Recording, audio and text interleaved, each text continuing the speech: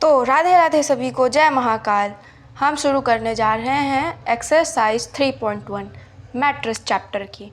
अगर आपको ये एक्सरसाइज कंप्लीट करनी है पूरी अच्छे से तो थ्योरी पार्ट तो आपको देखना ज़रूरी है, वरना ये पहली 12th क्लास का चैप्टर है और नया चैप्टर है कि आपको आसानी से समझ में नहीं आएगा।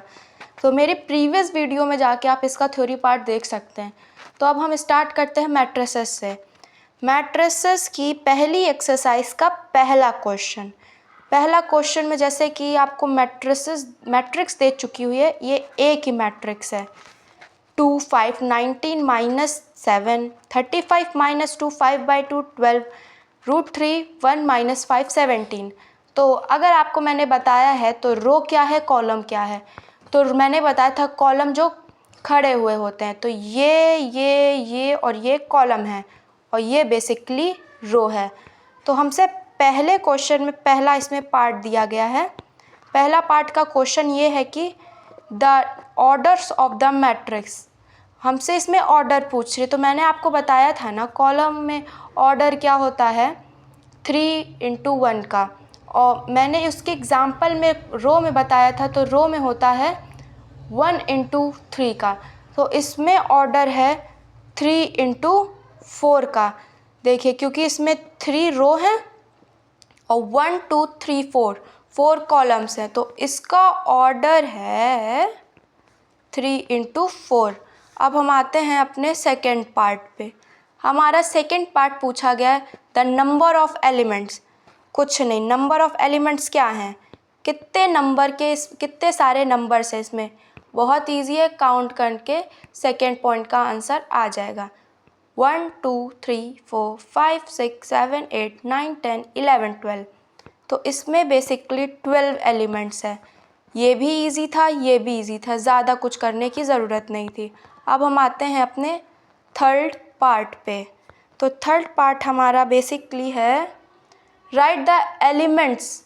हमें इसमें एलिमेंट्स लिखने हैं A13 के, A21 के, A33 के, A24 के और A23 के। इन सब के हमें एलिमेंट्स लिखने हैं। अगर ये मैं बात करूँ तो आप इजीली वे में समझिए। आपको लिखना है A11, A12, A13, रुकिए यहाँ आते हैं,